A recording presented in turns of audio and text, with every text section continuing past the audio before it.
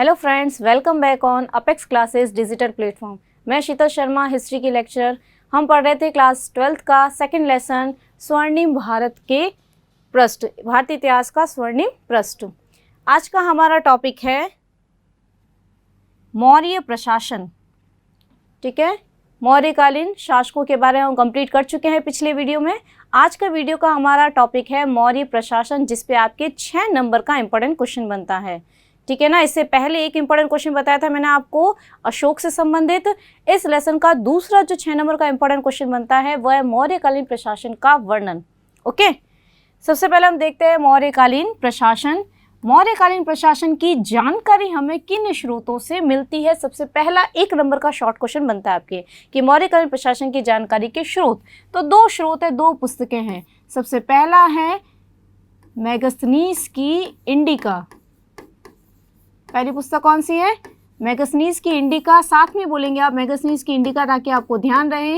Indica पुस्तक के लेखक कौन है? मैगस्थनीज, या मैगस्थनीज की पुस्तक का नाम क्या है? इंडिका। दूसरा स्रोत है कौटिल्य का अर्थशास्त्र। कौटिल्य की पुस्तक का नाम क्या है? अर्थशास्त्र, या अर्थशास्त्र के लेखक कौन है? कौटिल्य। ये 2 पुस्तकें हैं जिनसे हमें मौर्यकालीन प्रशासन की संपूर्ण जानकारी देखने को मिलती है। इनके अतिरिक्त तत्कालीन समय के जो अभिलेख हैं, तत्कालीन समय के यानी मौर्यकालीन जो अभिलेख हैं, उनसे भी हमें मौर्यकालीन इतिहास के प्रशासन के बारे में जानकारी मिलती है, जिसे प्रमुख रूप से हम कह सकते हैं अशोक के अभिलेख। अशोक के जो अभिलेख हैं उनसे हमें मौर्य प्रशासन के बारे में जानकारी मिलती है। तो ये 3 स्रोत है प्रमुख रूप से। पुस्तकें तो आपको ध्यान रखनी है, 2 पुस्तकें, मैगस्थनीज की इंडिका और कौटिल्य का अर्थशास्त्र। ओके, नेक्स्ट हम देखते हैं उपधा परीक्षण। उपधा परीक्षण क्या होता था? 1 नंबर का मोस्ट इंपोर्टेंट क्वेश्चन बनता है ये भी कि उपधा परीक्षण क्या है। तो उपधा परीक्षण क्या है कि मौर्य प्रशासन में या मौर्य साम्राज्य में, क्या लिखेंगे हम? मौर्य प्रशासन में प्रशासनिक, मौर्य प्रशासन में प्रशासनिक अधिकारियों, मौर्य प्रशासन में प्रशासनिक अधिकारियों की नियुक्ति से पूर्व, यानी उनका जब चयन होता था,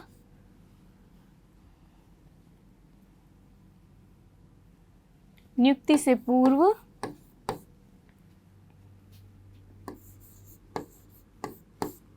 उनकी योग्यता व चरित्र की जांच की जाती थी। एक परीक्षण होता था, ठीक है ना। चरित्र की जांच की जाती थी या उनका परीक्षण होता था, जिसे क्या कहते थे? उपधा परीक्षण। ओके, 1 नंबर का मोस्ट इंपोर्टेंट क्वेश्चन है ये आपका। उपधा परीक्षण क्या था कि मौर्यकालीन प्रशासन में प्रशासनिक अधिकारियों की या कर्मचारियों की नियुक्ति से पूर्व उनकी योग्यता और उनके चरित्र की जांच की जाती थी। एक परीक्षण रखा जाता था जिसे उपधा परीक्षण के नाम से जाना जाता है। अब हम देखते हैं कि मौर्यकालीन प्रशासन से पहले का जो काल था, क्या काल था? वह महाजनपद का काल था। आप सभी को पता है महाजनपद का काल था। महाजनपद काल में क्या था? केंद्रीकृत शासन व्यवस्था का अभाव था, क्योंकि कुछ राज्य ऐसे थे जहां पर गणतंत्रात्मक शासन व्यवस्था थी, पढ़ चुके हम पहले भी, और कुछ राज्य या महाजनपद ऐसे थे जहां पर राजतंत्रात्मक शासन व्यवस्था थी। यानी दोनों प्रकार की शासन व्यवस्था थी, यानी उनमें शासन व्यवस्था में एकता का अभाव था। मौर्य प्रशासन में पहली बार भारत में राजनीतिक एकता हमको देखने को मिलती है, यानी संपूर्ण भारत में एकीकृत शासन व्यवस्था की परंपरा या विधि जो थी, व्यवस्था जो थी, वो प्रारंभ हुई थी। मौर्य काल के समय तक आते आते क्या हुआ? गणतंत्रों का पतन होने लग गया, इनका अंत होने लग गया था, और केवल एकमात्र शासन व्यवस्था सुचारू रूप से चलने लगी। कौन सी थी? राजतंत्रात्मक शासन व्यवस्था। और इसको परिपक्वता कौन से शासनकाल में मिल गई? मौर्य काल में इसको पूरी परिपक्वता मिल गई। यानी मौर्य काल का जो शासन व्यवस्था का स्वरूप जो था वह कैसा था? राजतंत्रात्मक स्वरूप, यानी जिसमें राजा के पास संपूर्ण शक्ति होती है, शासन का सर्वेसर्वा कौन होता है? राजा होता है, और उसका पद जो है वह वंश परंपरागत, यानी वंश के अनुसार पीढ़ी दर पीढ़ी चलता रहता है, वो होती है राजतंत्रात्मक शासन व्यवस्था। ये जो राजतंत्रात्मक शासन व्यवस्था थी, राजा के पास समस्त शक्तियां होने के बाद भी राजा कभी भी निरंकुश नहीं होता है। ये बहुत ध्यान रखने की बात है कि सारी शक्तियां राजा के पास थी, लेकिन फिर भी राजा कभी भी निरंकुश नहीं होता था। वह हमेशा ऐसे ही कार्य करता था जिससे जनता के हित के बारे में सोचा जा सके, जो जनता की भलाई के लिए हो, जनता के कल्याण के लिए हो। तो ऐसे कार्य उस समय के राजा के द्वारा किया जाता था। इसके अलावा हम देखते हैं कि कौटिल्य के जो पुस्तक है अर्थशास्त्र, कौटिल्य की पुस्तक कौन सी है? अर्थशास्त्र जो पुस्तक है, उसमें कौटिल्य के द्वारा यानी चाणक्य के द्वारा शासन के 7 अंगों का विवेचन किया, जैसे सप्तांग सिद्धांत के नाम से बताया है कौटिल्य ने। सप्तांग सिद्धांत, सप्तांग सिद्धांत का मतलब क्या है कि एक शासन को चलाने के लिए 7 अंगों की आवश्यकता होती है। किसके अनुसार? कौटिल्य के अनुसार। तो वो 7 अंग कौन कौन से आपको ध्यान होने चाहिए? सप्तांग सिद्धांत में किस किस को शामिल किया गया है? सबसे पहला था राजा, दूसरा अमात्य, तीसरा जनपद, चौथा दुर्ग, पांचवा कोश, छठा सेना और 7वां और अंतिम था मित्र। कौटिल्य के अनुसार ये 7 प्रमुख अंग है किसी भी शासन को चलाने के लिए। तो 1 नंबर का क्वेश्चन आपके यहाँ पे पूछा जाता है कि कौटिल्य के अनुसार सप्तांग सिद्धांत क्या है, या कौटिल्य ने राज्य के लिए प्रमुख किन अंगों का उल्लेख किया। उसमें आपको ये 7 अंगों के नाम लिखने हैं। राजा, अमात्य, जनपद, दुर्ग, कोश, सेना और मित्र, ये 7 प्रमुख अंग थे। नेक्स्ट हम देखते हैं केंद्रीय प्रशासन। अलग अलग स्तर पर शासन व्यवस्था थी। केंद्रीय प्रशासन में हम क्या देखते हैं? सबसे पहला, शासन की समस्त शक्तियां या शासन का जो सर्वे सर्वा था, कौन था? राजा होता था। यानी प्रशासन का केंद्र बिंदु कौन था? राजा था। शासन की समस्त शक्तियां किसमें निहित थी? राजा में निहित थी। राजा में ही व्यवस्थापिका,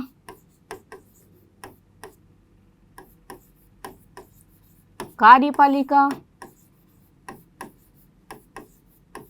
और न्यायपालिका, वर्तमान में सरकार के ये 3 ही अंग हैं, ठीक है ना। इन तीनों अंगों पर अलग अलग व्यक्ति कार्य करते हैं, सभी के कार्य का विभाजन किया गया है।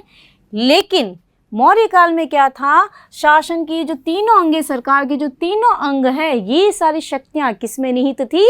राजा में ही निहित थी। अर्थात कानून का निर्माण करने का कार्य, व्यवस्थापिका का प्रमुख कार्य ये होता है। कानून निर्माण भी कौन करता था? राजा करता था। उस कानून का क्रियान्वयन भी कौन करता था? राजा ही करता था। और किसी प्रकार का विवाद पे न्याय करना है तो इस पर भी अंतिम निर्णय किसका होता था? राजा का ही होता था। यानी शासन का सर्वे सर्वा या उसका जो प्रमुख केंद्र बिंदु है वह कौन था? राजा स्वयं होता था।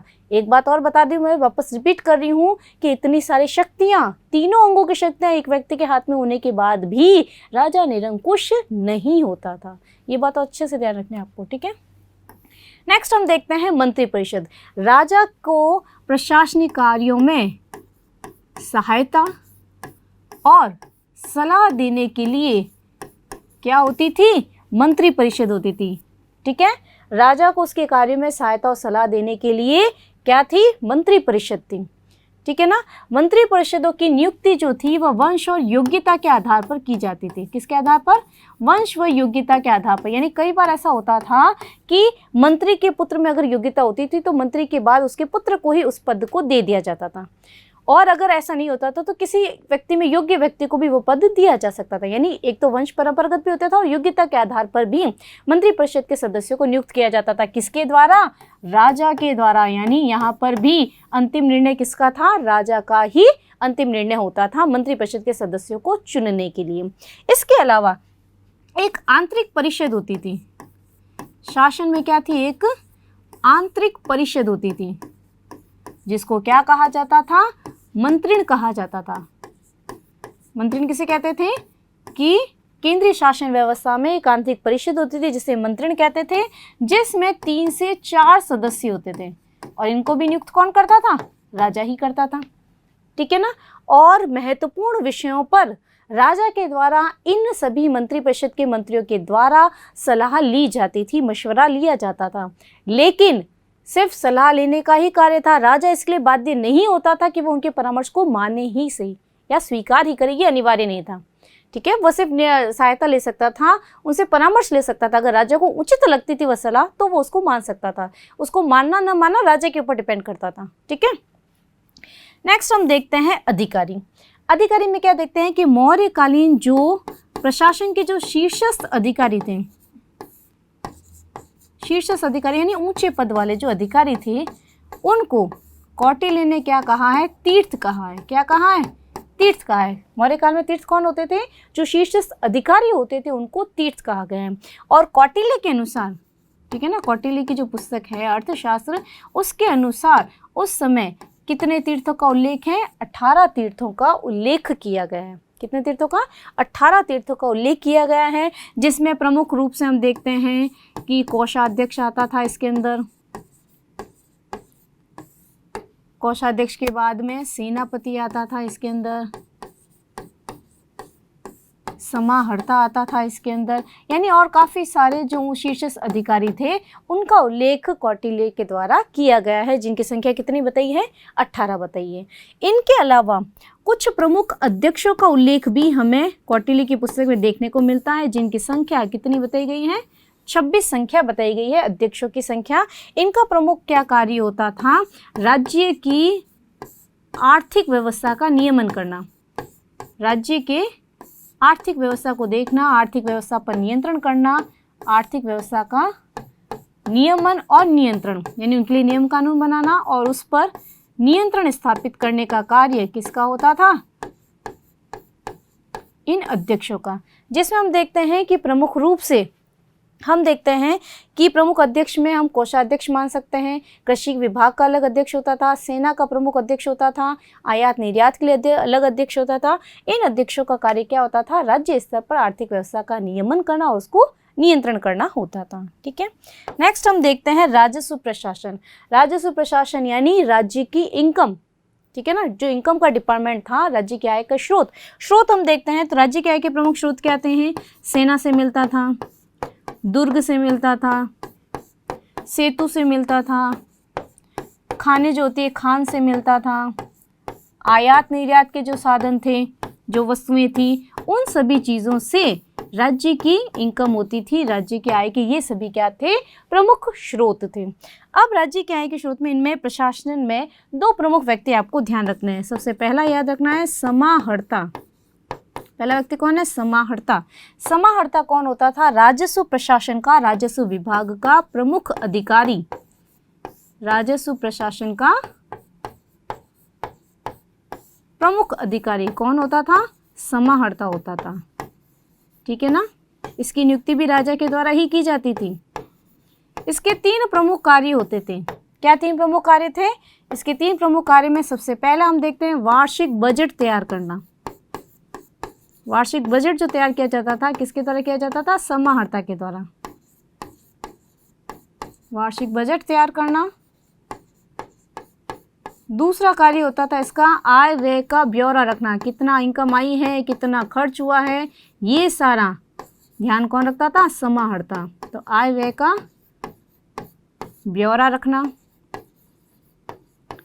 और तीसरा इसका कार्य था राजस्व एकत्रित करना। जो भी राज्य के आय के स्रोत हैं, जिन स्रोतों से राज्य को इनकम हो रही है, उसको एकत्रित करना, इकट्ठा करना किसका कार्य था, समाहर्ता का प्रमुख कार्य था। ये 3 प्रमुख कार्य थे समाहर्ता का। समाहर्ता कौन था, राजस्व प्रशासन का प्रमुख अधिकारी था। नेक्स्ट हमको समाहर्ता के बाद में याद रखना है सन्निधाता।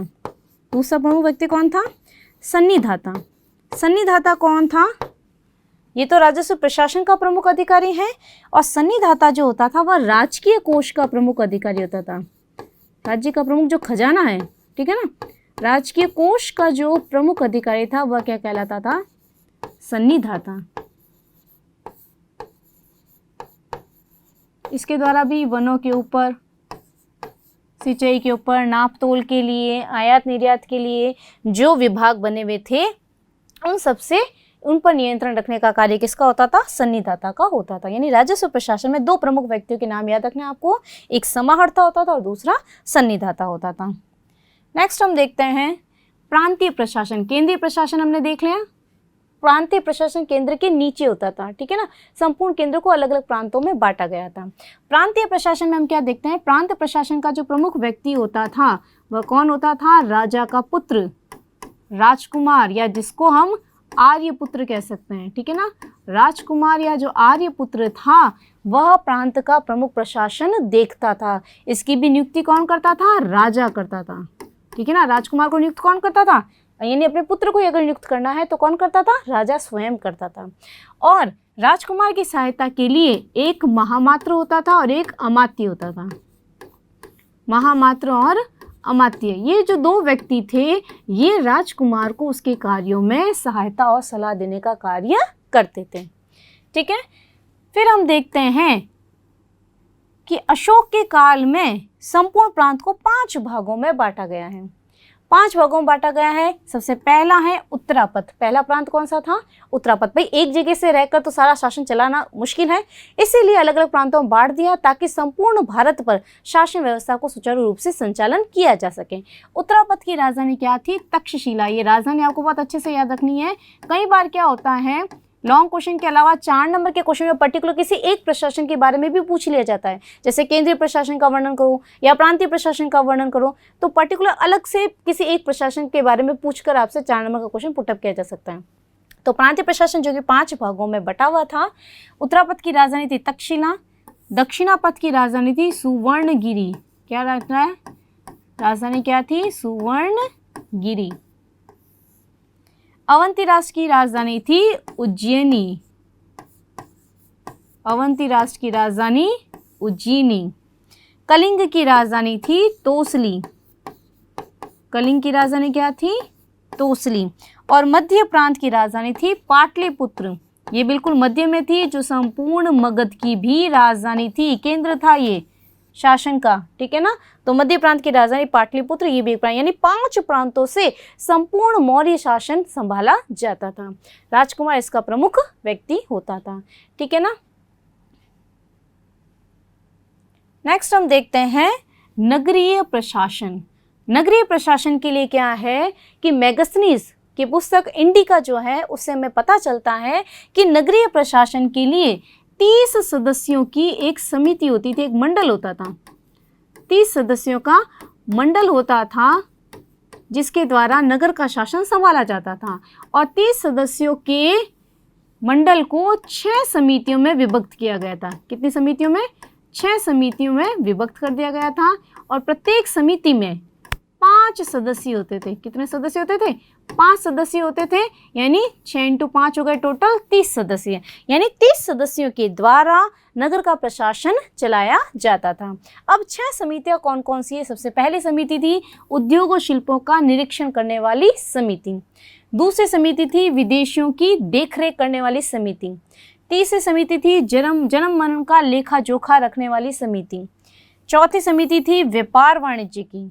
5वीं निर्मित वस्तुओं के विक्रय का निरीक्षण करने वाली।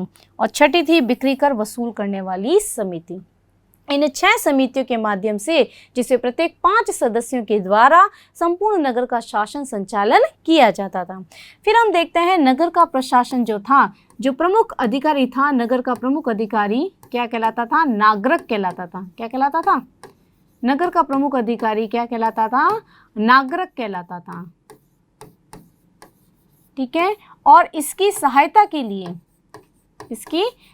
के लिए 2 प्रमुख व्यक्ति जो इसके नीचे के स्तर के थे, एक तो था गोप और दूसरा था स्थानिक, जिसको स्थानीय भी कहते हैं, स्थानिक या स्थानीय।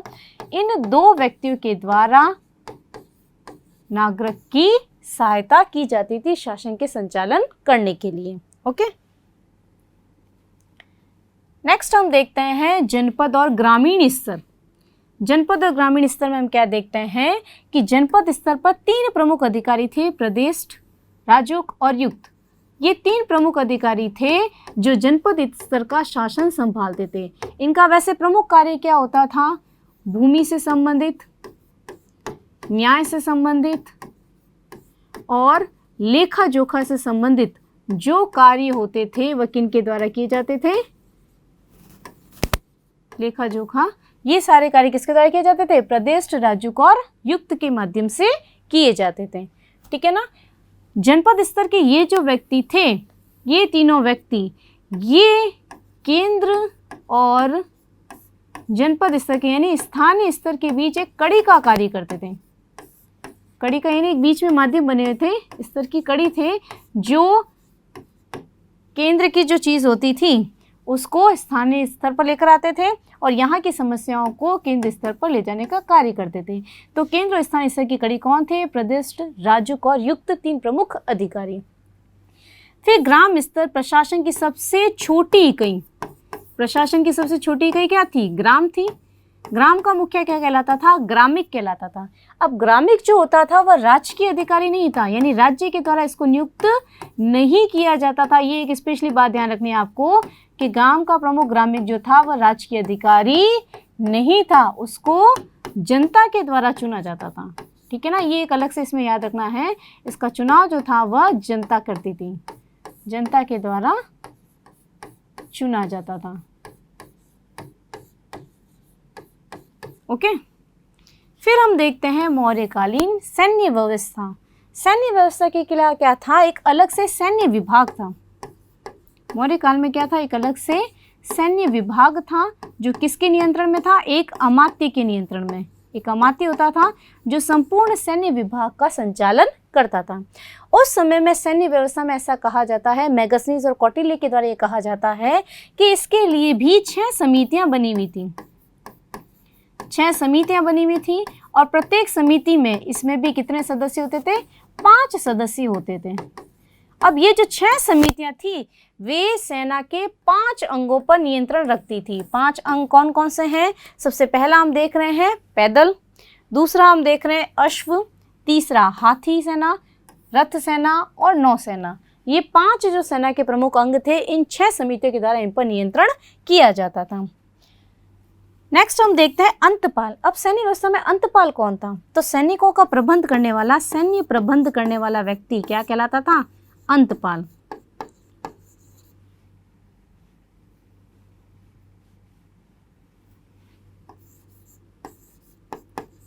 सैन्य प्रबंध करने वाला व्यक्ति या अधिकारी क्या कहलाता था? अंतपाल कहलाता था। ये सीमांत क्षेत्रों पर भी नियंत्रण रखता था, यानी राज्य की जो बॉर्डर है, ठीक है ना, उन पर नियंत्रण भी इसके द्वारा किया जाता था। सीमांत प्रदेशों पर नियंत्रण रखता था।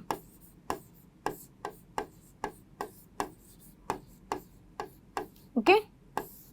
नेक्स्ट हम देख रहे हैं नायक। नायक कौन कहलाता था? युद्ध क्षेत्र में सेना का नेतृत्व करने वाला। युद्ध क्षेत्र में सेना का नेतृत्व करने वाला। भाई पिक्चर का हीरो होता है ना, भाई पूरी पिक्चर उसी पे डिपेंड होती है। तो वैसे ही युद्ध क्षेत्र में सेना का हीरो कौन होता था? नायक। हीरो जो होता था वह नायक कहलाता था, जो संपूर्ण युद्ध का नेतृत्व करता था। ठीक है ना। नेक्स्ट हम देखते हैं मौर्यकालीन गुप्तचर व्यवस्था। गुप्तचर व्यवस्था यानी गुप्त भेदिए रखे हुए थे मौर्य काल में। किसके लिए? ताकि जनता की जो समस्याएं हैं, उनकी राजा के प्रति जो नीतियां हैं, उन सब के बारे में जानकारी मिल सके। तो गुप्तचर व्यवस्था में क्या था कि गुप्तचर व्यवस्था का प्रमुख कार्य केवल जनता की देखरेख नहीं करना है। इसका प्रमुख कार्य क्या है? इसका प्रमुख कार्य होता था राज्य से जुड़े हुए सभी कर्मचारी, राज्य के सभी कर्मचारी प्लस जनता की सारी चीज़ों की गुप्त चीज़ से, गुप्त रूप से पूरी जांच पड़ताल करना, उनकी देखरेख करना, उनका ध्यान रखना। केवल जनता का ही नहीं है, राज्य के सभी कर्मचारी और जनता के लिए एक गुप्तचर व्यवस्था थी, गुप्तचर संगठन तैयार किया गया था जो इन सभी चीज़ों की गुप्त रूप से जांच पड़ताल करती थी। अब कौटिल्य ने जो व्यक्ति गुप्तचर व्यवस्था जुड़े हुए थे उनको गूढ़ पुरुष कहा गया है। क्या कहा गया है? गूढ़ पुरुष, यानी रहस्य भेदी जिनको कहते हैं ना, वो गूढ़ पुरुष का उल्लेख किया गया है मौर्य प्रशासन में, जिनके द्वारा गुप्तचर का कार्य किया जाता था। अब गुप्तचर व्यवस्था में हम देखते हैं कि मौर्य काल में दो प्रकार की व्यवस्था थी। सबसे पहली जो व्यवस्था थी वह थी संस्था। संस्था क्या थी? जो एक स्थान पर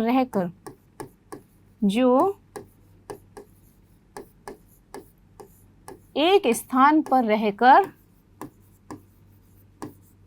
कार्य करती थी। ठीक है ना। गुप्तचर का विभाग जो था उसमें संस्था नाम की जो संस्था थी वो एक स्थान पर रहकर कार्य करती थी। ठीक है, एक स्थान पर रहकर। जबकि संचार या कहीं कहीं पर संचारा भी मिलता है, जो क्या होती थी? घूम घूम कर कार्य करती थी। घूम घूम कर यानी खुद भेदिए बनकर जाते थे, जनता के सामने वेश बदल कर जाते थे, राज्य कर्मचारी के सामने वेश बदल कर जाते थे और घूम घूम कर गुप्त कार्यों को, गोपनीय कार्यों को करते थे। उनकी जांच पड़ताल करते थे, उनके जो विचार हैं, उनकी जो समस्याएं हैं, उन सब के बारे में सुनते थे और राजा के समक्ष उन सारी चीज़ों को बताते थे। तो ये भी अलग से क्वेश्चन बनता है आपका 1 नंबर का कि मौर्य काल में गुप्तचर व्यवस्था कितने भागों में बटी हुई थी? तो 2 भागों में बटी हुई थी। संस्था जो एक स्थान पर रहकर अपना कार्य करती थी, दूसरी थी संचार या संचारा, नाम से पता चल रहा है ये, ठीक है ना। ये एक स्थान पर है और ये घूम घूम कर कार्य करने वाली संस्था थी। ठीक है ना, ये आपको ध्यान रखना है इसमें। नेक्स्ट हम देखते हैं मौर्यकालीन न्याय व्यवस्था, मोस्ट इम्पोर्टेंट। कई बार 4 नंबर का अलग से न्याय व्यवस्था पर क्वेश्चन पूछा जाता है कि मौर्यकालीन न्याय व्यवस्था के बारे में आप क्या जानते हैं। तो मौर्यकालीन न्याय व्यवस्था जो थी बहुत ही कठोर थी। क्या थी? न्याय के लिए कारण वगैरह जो थे, नियम कानून जो थे बहुत ही कठोर थे। ये जो न्याय व्यवस्था थी वो सुधारात्मक नहीं थी। इसका प्रमुख उद्देश्य सुधार करना नहीं था। ठीक है ना। इनका प्रमुख उद्देश्य जो था वह आदर्शात्मक था, मतलब कि दूसरे देश जो है हमसे शिक्षा लेने चाहिए कि ऐसे शासन व्यवस्था होनी चाहिए। हम केवल अपराधी को पकड़ उसको सुधार नहीं करेंगे, ऐसी सजा दी जानी चाहिए कि कभी अपराध हो ही नहीं। एक आदर्श बननी चाहिए हमारी संस्था जो है। तो उस समय की जो व्यवस्था थी वह आदर्शात्मक व्यवस्था थी, सुधारात्मक नहीं थी। इसलिए जो भी अपराध करता था उसको कड़ी से कड़ी दंड या सजा दी जाती थी। अब न्याय व्यवस्था में क्या है देखते हैं हम कि न्याय व्यवस्था के लिए अलग अलग स्तर पर न्यायालय बने हुए थे। सबसे ऊपर क्या था?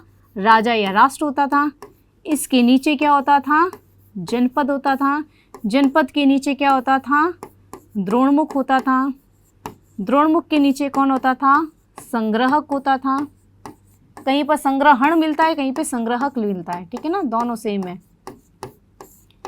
इसके नीचे स्थानिक या स्थानीय होता था और शासन की सबसे छोटी इकाई क्या थी? गांव या ग्राम। तो ये इतने अलग अलग स्तर पर न्याय व्यवस्था की गई थी। यानी राज्य स्तर पर अलग थी, जनपदों में अलग न्याय व्यवस्था थी, द्रोणमुख में अलग थी, संग्रहण में अलग थी, स्थानिक में अलग थी और ग्राम में अलग थी। हर स्तर पर, हर जगह पर क्या थे? 2 प्रकार के न्यायालयों की व्यवस्था की गई थी। मौर्यकालीन न्याय व्यवस्था कितने स्तर पर थी? 2 स्तरों पर। किन भागों में बटी थी? 2 भागों में। कौन कौन से हैं? पहला है धर्मस्थीय न्यायालय और दूसरा है कंटक शोधन न्यायालय। धर्मस्थीय न्यायालय में न्याय करने का कार्य किनके द्वारा किया जाता था? 3 तो इसमें होते थे धर्मस्थ। 3 क्या होते थे?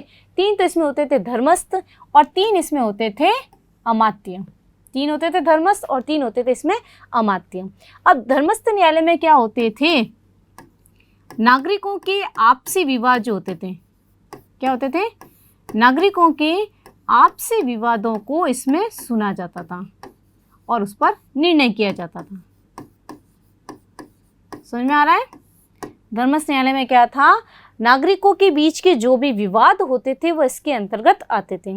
इस अदालत को जो है दीवानी अदालत, वर्तमान में भी ये दीवानी फौजदारी अदालत है, तो धर्मस्थ न्यायालय के अंतर्गत कौन सी अदालतें कहा जाता है? इसको दीवानी अदालतें कहा गया है। दीवानी अदालतों में कौन कौन से विषय होते हैं? दीवानी अदालतों में है जैसे चोरी है, लूटपाट है, डकैती है, कुवचन है, मानहानि है, कुवचन है, मानहानि है। ये सारे मामले जो थे किस में आते थे? धर्मस्थीय न्यायालय के अंतर्गत। अब ये जो मामले इनको भी 2 भागों में बांटा गया है। एक को बांटा गया है साहस कहते थे कुछ मामलों को, और कुछ मामलों को क्या कहते थे? दंड पारुष्य। ये 2 भागों में इनके मामले बटे हुए थे, यानी चोरी, लूटपाट, डकैती, ये सारे किस में आते थे? धर्मस्थली न्यायालय, जिसको दीवानी अदालतों के नाम से भी जाना जाता है। दूसरा था कंटक शोधन न्यायालय। कंटक शोधन न्यायालय में क्या होता था? राज्य व नागरिकों के बीच के जो विवाद होते थे वो इसके अंतर्गत आते थे। राज्य व नागरिकों के बीच के विवादों को इसमें सुलझाया जाता था।